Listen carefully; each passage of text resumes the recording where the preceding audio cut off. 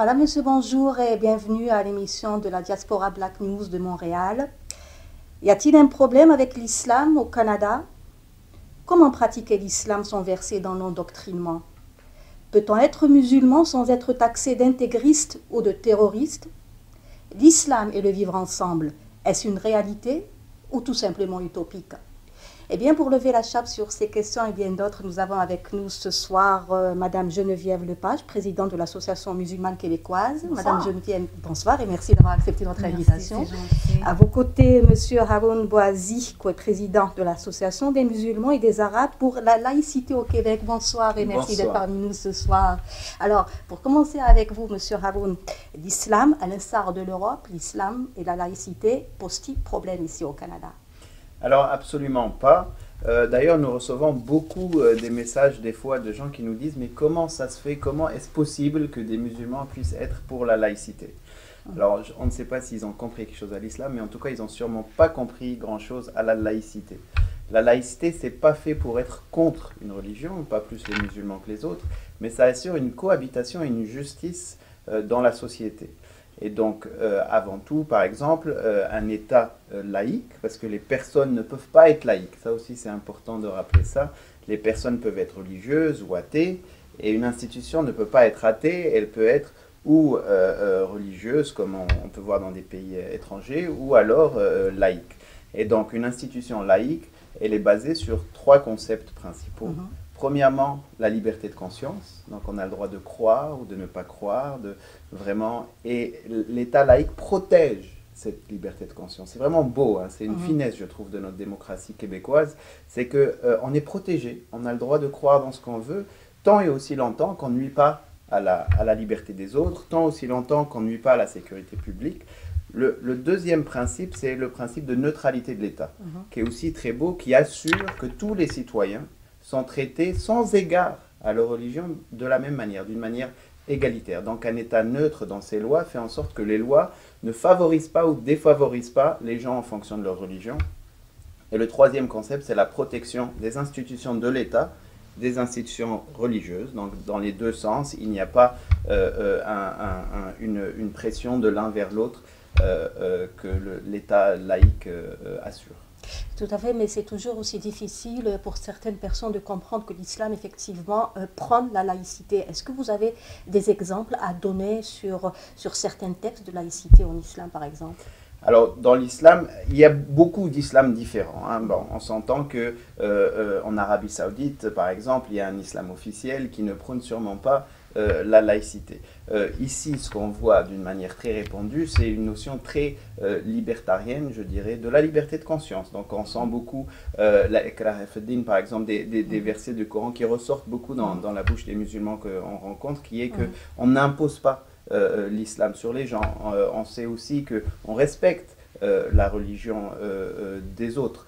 Évidemment, même s'il y a des musulmans qui voudraient au Québec imposer quelque chose à leurs voisins, l'État laïque est justement là pour protéger ces voisins-là d'une possible dérive chez les musulmans. Ce qu'on vit aujourd'hui, c'est sûr que les gens qui tapent à la porte pour vouloir convertir les gens, en général, ne sont pas les musulmans. On ne va pas pointer aucune religion. Et puis, les gens ont d'ailleurs le droit de taper à la porte des gens. Mais les musulmans ici, clairement, aspirent juste à une vie en tant que musulmans, en harmonie avec les principes démocratiques. Les lois de la République. Mais vous venez de dire tantôt qu'il y a plusieurs formes d'islam, il y a plusieurs pratiques d'islam, et l'islam est le même, c'est l'islam. Mais quoi que le prophète Mohammed a véhiculé il y a 14 siècles de ça. Pourquoi verser dans cette diversité au nom d'une même religion, Madame Geneviève? En fait, contrairement, avec tout le respect que j'ai pour Haroun, je crois qu'il n'y a qu'un seul islam.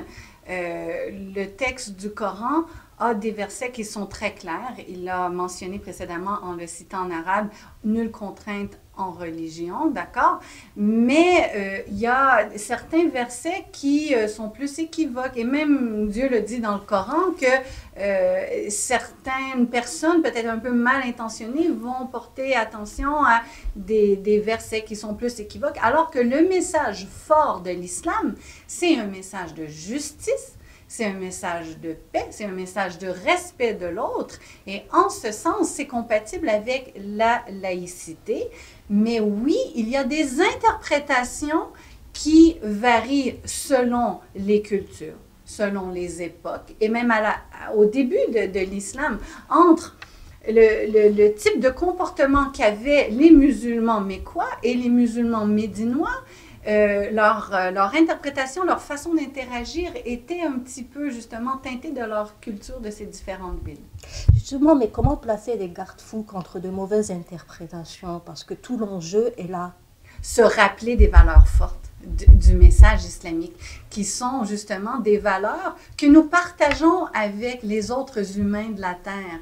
Et en ce sens, on peut donc bâtir sur ces principes pour construire une société meilleure, pour se réformer soi-même. Je veux dire, un principe de base, ne va pas faire aux autres ce que tu ne veux pas qu'on te fasse. Alors, si tu ne veux pas que l'État t'impose d'enlever ton foulard ou de ne pas porter une barbe, en France, c'est des chasses aux sorcières, c'est la longueur de la jupe et tout ça. Justement, y a-t-il un problème avec l'islam au Canada? Il n'y a pas de problème avec l'islam nulle part dans le monde. Il y a un problème avec le comportement de certains musulmans et de certains non-musulmans qui s'entre-déchirent sur des différences plutôt que d'aller chercher les points communs et de se réformer et de réformer la société dans laquelle ils habitent. Oui, mais ces non-musulmans, ils pratiquent et ils revendiquent au nom de l'islam. Par exemple, les derniers événements là, de Saint-Jean-sur-Richelieu et d'Ottawa ont été commis par des Québécois convertis à l'islam qui ont fait leur acte, leur mépris au nom de l'islam. Oui. Oui, alors absolument. Moi, je ne pense pas qu'il faille leur enlever, ce n'est pas à nous de juger de leur islamité ou pas. Vous avez parlé de garde-fou, je pense que c'est vraiment pour la situation, je pense que c'est un mot qui marche dans le sens figuré comme au sens propre. Il y en a plusieurs. Il y a d'abord les lois, tout simplement. Bon, nous, on compte sur les institutions de l'État, que ce soit des institutions sécuritaires ou des institutions peut-être de santé publique aussi, pour prendre en charge des citoyens qui ont des problèmes de santé mentale ou même des problèmes de violence, évidemment. Il y a la société civile qui joue un rôle très important. Il y a des sociétés. Donc, bon, dans ces cas-là, on parle de cas graves de violence, mais il y a aussi plusieurs autres cas qu'on peut imaginer, que ce soit dans un cadre conjugal ou dans le cadre de l'école, etc., où là, la société civile joue un rôle important. Il y a des associations féministes depuis des années qui jouent vraiment un rôle très important. Il y a des associations comme les nôtres, par exemple, des associations citoyennes qui jouent un rôle de dialogue, de rapprochement, etc. Et ensuite, il y a les institutions religieuses qui jouent aussi un rôle très important dans l'encadrement qu'on peut voir aujourd'hui. Ce qu'on peut voir, c'est l'extrême majorité des institutions religieuses, donc principalement les mosquées ou les associations communautaires musulmanes, sont très responsables dans leur manière d'être tout simplement dans la société québécoise. Et peut-être que justement, si ces personnes-là avaient eu un encadrement religieux, parce qu'on peut bien voir que c'est des personnes qui ont des interprétations, pour le moins qu'on puisse dire, rarissimes au Canada, si elles étaient en contact avec une communauté qui est plus posée, plus d'un spirituel plus profond, elles auraient peut-être pu être encadrées et compris évidemment que foncer dans le Parlement canadien n'était pas une bonne idée, que ce soit d'un point de vue religieux ou citoyen. Oui. Cependant, il faut aussi, bien que ce soit vrai, il faut se rappeler que ces deux personnes ont été aussi en contact avec des gens de la communauté et qui leur ont dit, c'est pas ça l'islam, c'est pas ça la pratique du musulman, là. Tu dois faire attention. Et eux n'ont pas voulu non plus entendre ce message-là des gens dans des mosquées. Mais prenons une vision plus globale. Il y a, par la mondialisation, par des problématiques qui sont communes non seulement à ce qu'on vit ici, mais ailleurs dans le monde, si les gens sentent des injustices, si des gens se sentent ostracisés de la société, ça peut mener à des dérives. Et donc, en ce sens, tout le monde a une responsabilité de veiller sur son prochain. Tout à fait, mais pour revenir donc à notre problématique aujourd'hui qui est l'islam vrai, l'islam de paix, comment parer à ce genre d'éventualité? C'est terroristes qui ont tué au nom de l'islam ici à Montréal, ils ont tué au nom de l'islam. Donc il y a forcément quelqu'un qui leur a enseigné cette violence. Comment enseigner, comment contre-enseigner ou éviter qu'un musulman verse dans des actes terroristes ou dans le djihadisme, par exemple? Où est-ce qu'il faut trouver la bonne information sur l'islam? C'est sûr que si quelqu'un est seul devant son ordinateur à chercher des vidéos sur YouTube et puis il a déjà un malaise, cette personne va nécessairement faire quelque chose, une recherche qui va venir le conforter dans son malaise. L'Internet peut-il enseigner l'islam? C'est problématique si on se cantonne dans des chaînes YouTube, justement, avec des messages unilatéraux ou exclusifs. Et donc là, le rappel de rester connecté avec des gens de confession musulmane, mais aussi avec des gens qui ne sont pas musulmans, ça apprend l'humanité dans l'autre. Ça permet justement, je crois que ça permet un certain garde-fou parce que on apprend qu'on est dans une diversité et que la société peut bien fonctionner si tout le monde se respecte l'un l'autre. Mais oui, il faut rester connecté. Je vais faire du millage sur ce qui a été dit, je suis effectivement vraiment d'accord. Il y a plusieurs points. Donc ces personnes-là particulièrement, alors vraiment, on parle de 2 cas sur la taille du 1 million de musulmans, et puis il y a d'autres problèmes qui sont beaucoup moins graves, mais qui existent aussi et qu'il faudrait encadrer.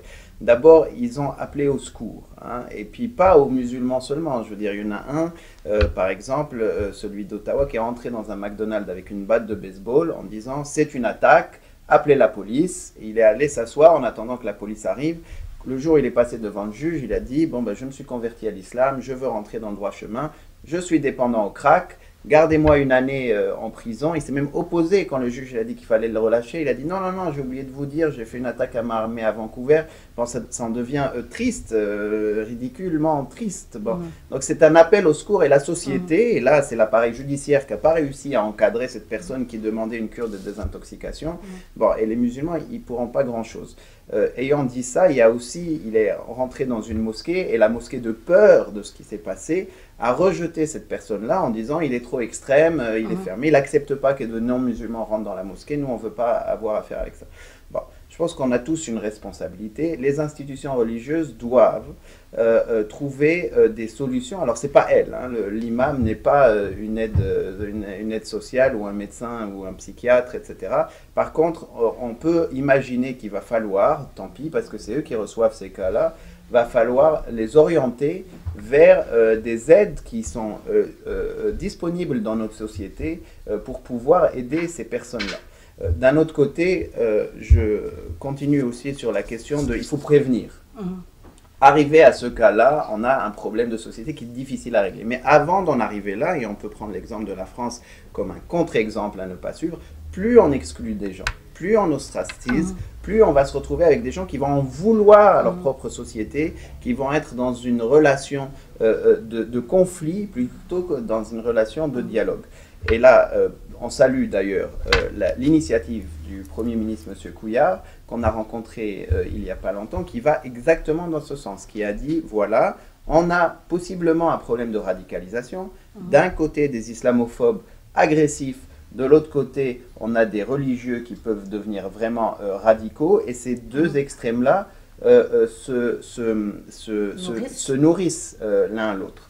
Et donc, il va falloir mettre en place des politiques de lutte contre la discrimination, de lutte pour l'accès au travail, de reconnaissance de diplômes, pour que les jeunes ne se sentent pas exclus de leur société et se retrouvent à seulement voir des islamophobes qui les excluent de leur société et développer ce sentiment de violence et de haine envers la société qui est la leur. Là, ce n'est plus une société d'accueil, on parle de deuxième et de troisième génération, mais au contraire, qui se sentent faire partie intrinsèque, tout en étant très fiers de leur islamité, de leur religion, faire partie comme des citoyens à part entière dans la société. C'est un cas rare, je vous avouerai. Ce qui se passe aujourd'hui au Québec, depuis pas très longtemps, c'est par rapport à d'autres pays occidentaux, on est très en avance sur la manière de voir la problématique et de l'adresser.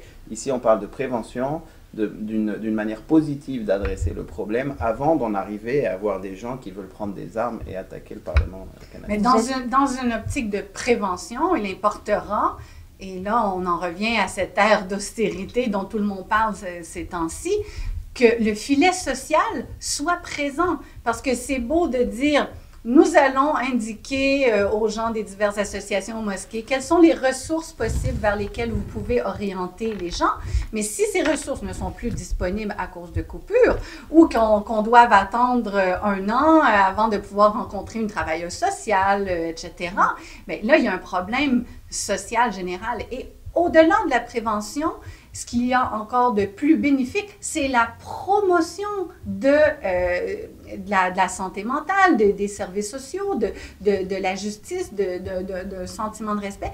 Et en misant sur des interventions de promotion de santé mentale, là, on a peut-être une avance qu'on pourrait prendre parce qu'il y a plusieurs gens qui travaillent en ce sens au Québec, des chercheurs d'université auxquels le gouvernement pourrait s'allier pour améliorer des politiques. Très bien, donc selon vous, prévenir les actes terroristes ou les actions de radicalisation à travers l'insertion sociale. Mais pour certains prédateurs de l'islam, ils vous disent que dans l'islam même, dans le Coran, il y a le dogme de la violence. Est-ce que ce ne serait pas mieux aussi d'enseigner les versets qui appellent à la guerre, au djihad dans le Coran et les approprier dans le contexte? Vous voulez dire de faire une sortie pour dire ces versets-là doivent être interprétés en fonction parce que du ces contexte. Personnes-là qui versent dans le terrorisme, ils prennent quoi en exemple? Ils prennent en exemple certains versets, effectivement, qui appellent au djihad dans le Coran. C'est pour ça que l'insertion sociale, c'est bien, mais le bon enseignement aussi de l'islam, du Coran, des versets coraniques, demeure aussi une piste à ne pas écarter. Mais c'est pour ça qu'en demeurant connecté avec des gens qui ici, pratiquent leur religion ici, où est-ce qu'on pourra trouver une information fiable de l'islam pacifique? Écoutez, il y a des dizaines d'associations, il y a des dizaines de passages sur YouTube sur l'islam, en qui croire, où trouver la vraie information sur l'islam, qui est représentatif de cette communauté ici, monsieur? Il y a plusieurs points que vous évoquez. Je pense que les deux personnes dont on parle ne se sont pas vraiment converties à l'islam, ils sont convertis au djihad violent. Donc il y avait une graine violente chez ces personnes-là, et elles étaient à la recherche d'une reconnaissance sociale, un problème à exprimer, etc. Et je vois mal, honnêtement, comment une institution religieuse peut les sauver, parce qu'ils n'avaient clairement pas envie d'aller vers une étude longue, etc. On parle de personnes qui sont converties une année avant, etc., qui n'ont pas voulu écouter un imam, etc. Donc, c'est très difficile d'aborder ce problème-là. Ayant dit ça, il y a les deuxième et les troisième générations, ça commence là, il commence à y en avoir vraiment beaucoup, et qui, eux, ont besoin de ces ressources-là. Alors là, on ne parle pas du tout de gens qui sont violents a priori, mais on parle de gens qui ont besoin de ressources pour apprendre sur leur religion, pour comprendre quels sont les différents courants de pensée, pour comprendre comment est-ce qu'on en arrive à un islam violent, qu'est-ce que le djihad, qu'est-ce que la charia, etc., qui deviennent des mots qu'on ne peut même plus prononcer aujourd'hui dans notre société. Et ces ressources-là ne sont pas faciles à trouver, honnêtement, au Canada. Toutes les mosquées sont rattachées à un courant ou à un autre. Il serait important d'avoir quelque chose de plus large qui aujourd'hui n'existe pas au Québec, tout simplement des études universitaires. Ça existe pour les catholiques ici au Québec. On ne voit pas pourquoi est-ce que ça n'existerait pas dans un futur proche des études universitaires, tout simplement pour vraiment maîtriser les différents courants, les hadiths, le Coran, les différentes interprétations, et on voit bien que ça manque. Hein, Parce que tout à fait. Sur le moyen et le long terme, il faut miser sur une éducation savante d'ici, en Occident, pour que les interprétations puissent aussi être contextualisées au monde nord-américain dans lequel on vit, parce que, avec tout le respect qu'on peut avoir pour des savants, s'ils n'ont jamais mis les pieds en Occident, c'est limité dans l'interprétation qu'ils peuvent poser pour les gens d'ici. Donc, oui, miser sur l'éducation, toujours miser sur l'éducation. Alors, vous, je rappelle que vous êtes présidente de l'Association musulmane québécoise et parmi votre rôle, c'est aider, accompagner les nouveaux convertis. Est-ce que vous pouvez nous raconter, nous donner certains exemples là, de ces convertis? Pourquoi ils viennent à l'islam? Pourquoi ils se convertissent à l'islam? La majorité des gens qui se convertissent à l'islam, à un moment donné, font une quête intellectuelle ou spirituelle. Si c'est intellectuel, c'est pour comprendre au-delà des médias, le message qui est présenté de l'islam, tout ça, les gens se disent il y a quelque chose qui ne semble pas normal, où ils veulent chercher qu'est-ce qui en est vraiment dans cette religion, c'est quoi les principes et tout ça. Et donc, ils sont touchés finalement dans le message qu'ils trouvent dans le Coran, dans la chance qu'ils ont peut-être de rencontrer des musulmans pratiquants. Et pour d'autres, c'est une quête spirituelle. Pour une minorité de personnes, c'est des rencontres amoureuses qui mènent, mais ça existe aussi. Mais donc, il y a cette variété. Puis là, les gens peuvent venir à l'AMQ pour parler avec des gens qui ont fait un cheminement si spirituel, parce que la première confrontation que ces gens vont avoir, c'est avec leur propre famille. Et malheureusement, déjà, il y a souvent du rejet de la part des parents qui disent « Mais pourquoi tu t'en vas vers ça? » ou de l'incompréhension, ou ils se sentent peut-être, et c'est un genre de transposition où est-ce qu'eux se sentent rejetés, pourtant je t'ai élevé de telle manière, et là, on est là justement pour les soutenir, leur donner des trucs pour dire « Papa, maman, tu m'as enseigné des bonnes valeurs, justement, c'est dans la continuité, je t'aime pareil, je veux rester en lien, même si je fais des choses différemment, même si tu me vois prier ou que j'arrête de boire de l'alcool ou de manger de la viande qui n'est pas halal. » C'est des détails. Le reste, je fais attention à l'environnement, regarde, je suis propre de ma personne, etc., etc. Mais donc, à travers ce réseau d'amitié comme ça, de musulmans et de musulmanes pratiquantes, ça permet de maintenir des liens familiaux pour que ce passage se passe bien. Et d'ailleurs, dans le cas de Martin Rouleau, où est-ce qu'il y a eu peut-être un manque d'accompagnement dans les premiers temps de son islam, on a eu des rapports journalistiques qui disaient qu'il avait subi du rejet. Pourquoi que tu te convertis à ça? Je crois que la mère de son fils le trouvait, ben, il devient musulman. Donc, c'est important. Tout le monde a un travail à faire pour essayer de maintenir des liens pacifiques. Oui, ça va. Je dois dire que les convertis jouent un rôle très important dans cette société. Il y a beaucoup de nouveaux Québécois et d'anciens musulmans qui rencontrent des nouveaux musulmans et de plus anciens Québécois, et ils jouent un lien très fort. C'est vraiment pour favoriser le dialogue. Avec ce qui s'est passé avec les deux cas de convertis, on a pu entendre un côté stigmatisant des convertis qui est vraiment dommage, parce qu'on voit bien que dans les faits, il y a un cheminement spirituel d'ailleurs souvent plus profond que les personnes qui sont nées musulmanes et qui n'ont pas eu la chance de pouvoir faire par elles-mêmes ce voyage spirituel. Et vraiment ce rapprochement, personnellement j'apprends beaucoup de Geneviève. On a eu la chance de militer ensemble contre la charte, et il y a une compréhension réelle et une écoute de la société québécoise que des fois nous manque. Et c'est très important, je pense, de collaborer tous ensemble et de voir cette importance-là dans nos sociétés. Est-ce que les musulmans ici au Québec sont toujours obligés de se justifier ou justifier leur islam, surtout quand il y a des attentats terroristes? Pourquoi on verse toujours dans la justification? Oh, c'est complexe. Est-ce qu'on doit dénoncer? Oui, on doit toujours dénoncer.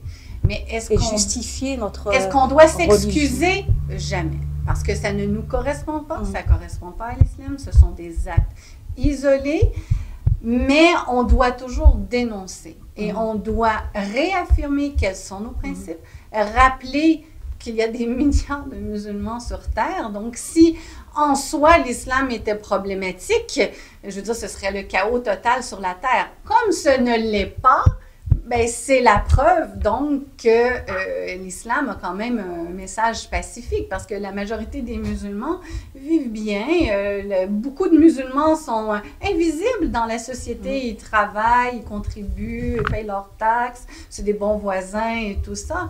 Donc, c'est important que ces personnes-là parlent aussi et n'aient pas peur de se cacher. S'ils sont musulmans, dire, ben, regarde, moi, je suis musulman. On ne va pas nécessairement le crier aux nouvelles, mais non, je fais ça parce que c'est humain. Et puis, ne pas avoir peur de s'affirmer non plus dans qui on est, de peur d'être associé à des gestes qui sont commis à l'étranger. Parce que ce qui est commis à l'étranger, ça n'a pas nécessairement rapport avec notre réalité, ça n'a pas nécessairement rapport avec l'islam non plus.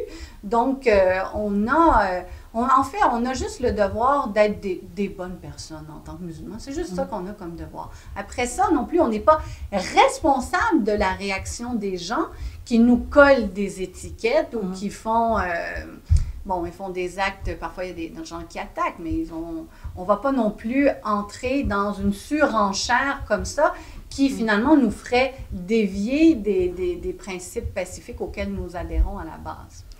Oui, M. Haroun, un mot sur le vivre ensemble et l'islam? Absolument. Alors, par rapport à ces situations-là, on est dans une situation vraiment difficile parce que si on ne dit rien, on va dire que c'est un silence complice. Oui. Et puis si on dit, ah, ils ont quelque chose à se reprocher. Bon. Je pense qu'il faut rester à l'écoute de notre société. Aujourd'hui, notre société a besoin d'être rassurée. Je vois qu'on est entouré de plusieurs magnifiques personnes autour de nous pour faire un parallèle avec des hommes religieux, on est beaucoup plus au moment de Martin Luther King que de Malcolm X. Il faut être dans le dialogue, il faut vraiment, on n'est pas dans une situation qui est si difficile, elle est loin d'être désespérée, je pense qu'elle est même très positive au Québec. On a aujourd'hui beaucoup de signaux forts vraiment d'amour, vraiment, franchement, qu'on a reçu pendant le débat sur la charte aussi très fort. Il y a eu évidemment des choses malheureuses, mais il y a eu des choses absolument magnifiques. Des ponts se sont créés avec toutes sortes de diversité qu'il y a dans notre société. Et puis il va falloir construire sur ça plutôt que rentrer dans le conflit. C'est le moment vraiment, je pense, on est dans un moment charnière au Québec où il faut beaucoup d'amour. Et vous m'avez parlé tout à l'heure, par exemple, d'une loi pour protéger la communauté musulmane contre d'éventuelles attaques verbales ou autres. Un mot sur cette loi, peut-être? Oui, alors la Commission des droits de la personne et de la jeunesse a dernièrement émis une requête pour rajouter dans la charte québécoise des droits et libertés, comme quoi que la propagation de haine contre une minorité soit régie par la charte. Aujourd'hui, s'il y a un discours haineux, il faut que ça soit contre une personne pour qu'une personne puisse se défendre. Mais si un site web commence à émettre beaucoup de haine contre une minorité musulmane ou une minorité juive ou les homosexuels par exemple, il n'y a pas moyen aujourd'hui pour la Commission des droits de la personne et de la jeunesse de prendre action. Et donc c'est sûr que c'est ce genre de changement, on pense, qui serait très positif à avoir dans notre société pour enfin avoir quelques outils juridiques pour protéger un peu plus les minorités. Et d'ailleurs, je dois dire que si ce genre de choses arrive, c'est grâce aux minorités musulmanes, parce que c'est elles qui sont peut-être les plus attaquées aujourd'hui dans notre société, et ça serait un joli cadeau qu'on ferait à notre démocratie d'améliorer la situation des minorités en général, parce que c'est des lois qui ne seraient pas juste pour les musulmans, mais qui seraient pour toutes les minorités. Très bien. Madame Geneviève, un dernier mot peut-être? Je vous remercie de nous avoir reçus, et puis les téléspectateurs aussi. Je les invite à aller vers leurs collègues de travail, leurs collègues d'université, leurs voisins. Et puis, comme Haroun a dit, donc ils ont besoin d'être rassurés parfois parce qu'effectivement, quand on regarde les médias, quand on va sur l'Internet, si on ne connaît pas l'islam, on se dit, mais ça fait peur. Oui. Ça fait peur. Donc, on a aussi un travail d'aller vers l'autre dans cette rencontre. Et puis, juste un petit dernier mot sur la proposition de la Commission pour la charte, là. Donc, effectivement, si on protège toutes les minorités, on se protège nous. Et on a intérêt aussi en tant que musulmans, à cause de notre religion, d'aller veiller au bien-être et aux protections des droits des autres minorités parce que ça nous protège aussi. Bien, merci Madame, Monsieur. On arrive à la fin de cette émission. On remercie nos invités d'avoir participé avec nous, de nous avoir éclairés avec leurs sages opinions. Merci à vous de nous avoir prêté attention. À bientôt.